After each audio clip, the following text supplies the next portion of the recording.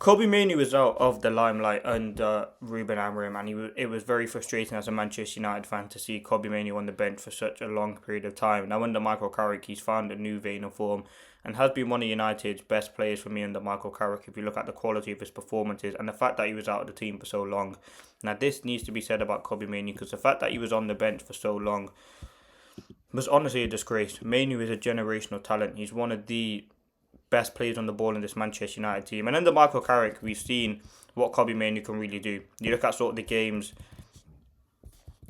which he was getting under Amorim. He was getting barely any minutes, and that was an embarrassing factor in itself. Now you look at under Michael Carrick, straight in against Manchester City, 90 minutes played, 90 minutes against Arsenal, 90 minutes against Fulham, 89 minutes against Tottenham, and 90 minutes the other day against West Ham. So you can clearly see that he's someone who is really rated under Michael Carrick. And there's no doubt that we know he's a talented player.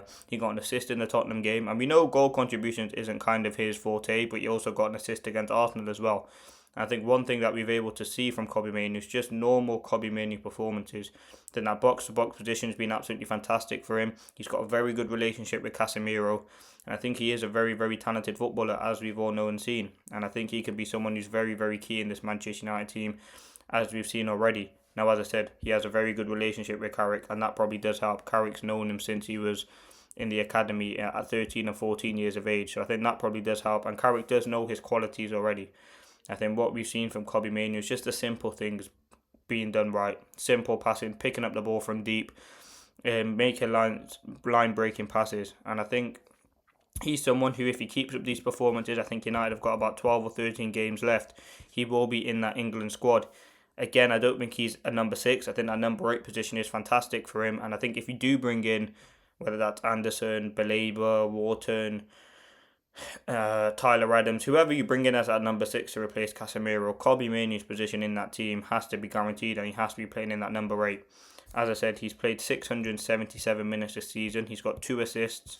And listen, as I said, he's not really a box-to-box midfielder who gets the assists. He's someone who can break up play. It's very powerful on the ball. He can get out of tight spaces. And I think under Michael Carrick, that's what you've seen. There's been moments of brilliance from Kobe Mainoo. And I remember even before Amorim came in, it was that Liverpool game at Old Trafford where he's fantastic. FA Cup final, fantastic. He's played in a Euros final before. Like, he is a world-class player, and at only 20 years of age, there's still a lot of improvement, but I think Carrick coming in was at the perfect time for Manchester United because he was very close to being sold to Napoli or to Chelsea from Manchester United for as little as £40 million. Now, Kobe Mainoo is one of those players that you build your squad around, and you build your team around. As I said, he broke through into the team, what was it, the 18, 19-year-old. That 23-24 season was fantastic. Then last season wasn't great because Amorim put him on the bench. I don't know why, when he was playing Ugarte over him, which didn't make any sense. And this past 5 games under Carrick have been truly transformative from Carrick and from Mainoo. You look at his successful pass rate, 89.6 pass rate. And listen, he's not someone who always plays the sideways passes. He's someone who does like to play forward passes, 61% accurate long balls, 13 chances created, 42.9% successful crosses, 53% successful dribbles. He won 37.5% of his aerial duels, which is probably not great. But if you look at his touches, 580 touches. He's someone who gets on the ball massively, and he's someone who can progress that ball through midfield, and something that we need. And as I said, he has a very good relationship with Casemiro, and I think it's all about that partnership in midfield. I think realistically, if you put Mainoo with any midfielder, Mainoo's gonna do a good job. But I think Casemiro just allows him to have that element of freedom and to break forward when he needs to. He's even getting assists now, which is positive in itself. But yeah, this has to be said. The fact that Amorim put Kobe Mainoo on the bench was an absolute disgrace. It was a criminal offence. I don't know why it happened.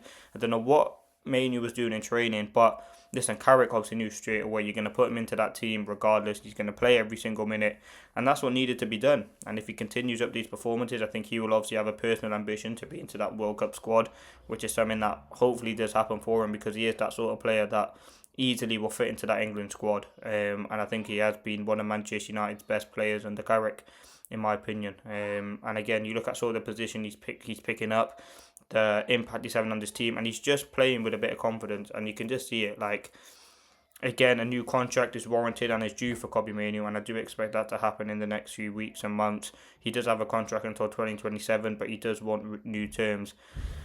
And listen, he must be one of the happiest guys when Amorim got sacked. He must have been, because he knew that he was getting minutes. He knew that he should have been in this starting team. And ultimately, the reason why he did want to leave United in the first place was the fact that he can get minutes just minutes so he can be into that World Cup squad. That was it. He didn't want anything else. He just wanted to be playing regular football. And I think he's someone who wants to stay at Manchester United. We know that. We can see that. And if he continues playing the way in which he is, I'm sure he will be rewarded with that new contract and he will be in that England squad. So this is just a video praising Kobbie Mainoo. He's had such a tough, 18 months under Amorim, or 14 months, however many months it was. And now we're seeing him playing with that confidence. Carrick, again, it was the perfect opportunity for him. Bought him in 5 games. He's played more or less 90 minutes in every single game, and he's been a very key figure in what United are building, especially in that midfield, because that midfield has been depleted for a very, very long time. There hasn't been much quality or control in that, and that's ultimately something that was brought back